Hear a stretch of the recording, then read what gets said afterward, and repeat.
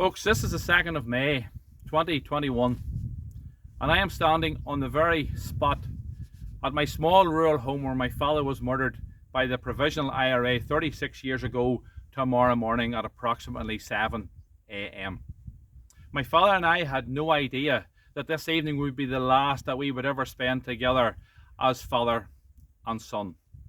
Sadly, many people today in South Down and beyond still engage in a misguided romanticism as part of what constituted the provisional IRA campaign.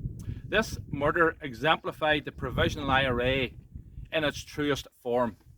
Hate-filled, unhinged, brutal, depraved.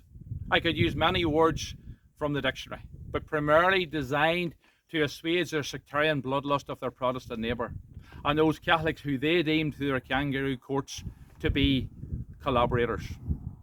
It's deeply nauseating to hear all their revisionist rhetoric that these provisional IRA terrorists were of all things freedom fighters, patriots, soldiers of Ogla na Hurran. Really? Even volunteers. So what, did they give up their time freely to kill the innocent? What soldier would creep into this home of the most quiet, unassuming and defenceless Protestant man, then hide in an old outside toilet? This provo coward waited until my father's back was turned, forced him to his knees and shot him twice in the top of the head at point blank range, just where I'm standing. The gunman waited for his body to fall, then dragged him away by the feet like an animal and left him lying at the side of the barn where I found him that morning. Folks, we know he was on his knees due to the vertical trajectory of the bullets and because one bullet was actually retrieved from my father's abdomen. Folks, it wasn't just here their deadly reign of terror occurred. It happened right across the parliamentary constituency of South Down, where they shot a garage owner in the head in Rathfriland, a customs officer in Warrenpoint, a carpenter in Kilkeel, and a coalman in Downpatrick. Folks, I could recite many other examples. We think of the 18 young paratroop soldiers in Warrenpoint, 4 young UDR soldiers in Downpatrick, 3 young UDR soldiers in Burnbridge, 3 young members of the Parachute Regiment in Mayorbridge.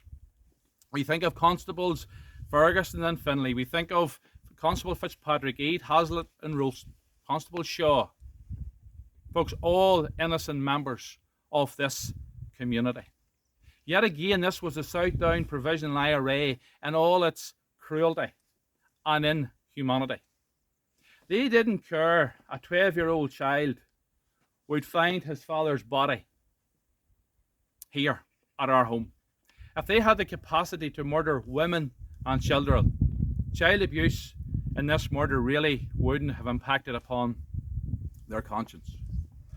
I hope my social media friends in mainland UK and in particular Southern Ireland who view this little clip via social media, please dispel any notion that you may have about provisional IRA legitimacy, or indeed that of any of the terrorist organisations who operated here. Folks, I have repeatedly challenged my local MP, Mr. Christopher Hazard of Sinn Féin, to condemn my father's murder and that of the 70 other innocent people murdered across this constituency. Just think of the magnitude and the devastation inflicted upon these 70 families, Chris. Yet you have nothing to say, and yet you ignore my repeated requests. Why, Chris?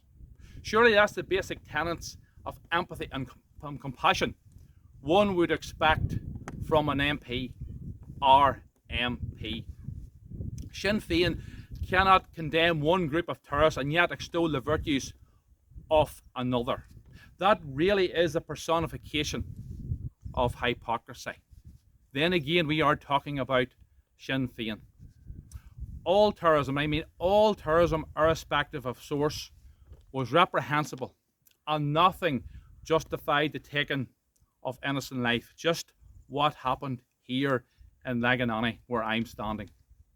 It's imperative that we continue to protect the memory and integrity of our loved ones. And that's what I'm simply doing today on my father's anniversary. To you, Sinn Féin, you may have the machine, you may have the resources, you may have the propaganda. But we, the innocent victims of Northern Ireland, we have the truth. To the person or persons who murdered my father, if you are watching this little clip, you may think that you have escaped justice. But ultimately, God will be your judge and justice will prevail.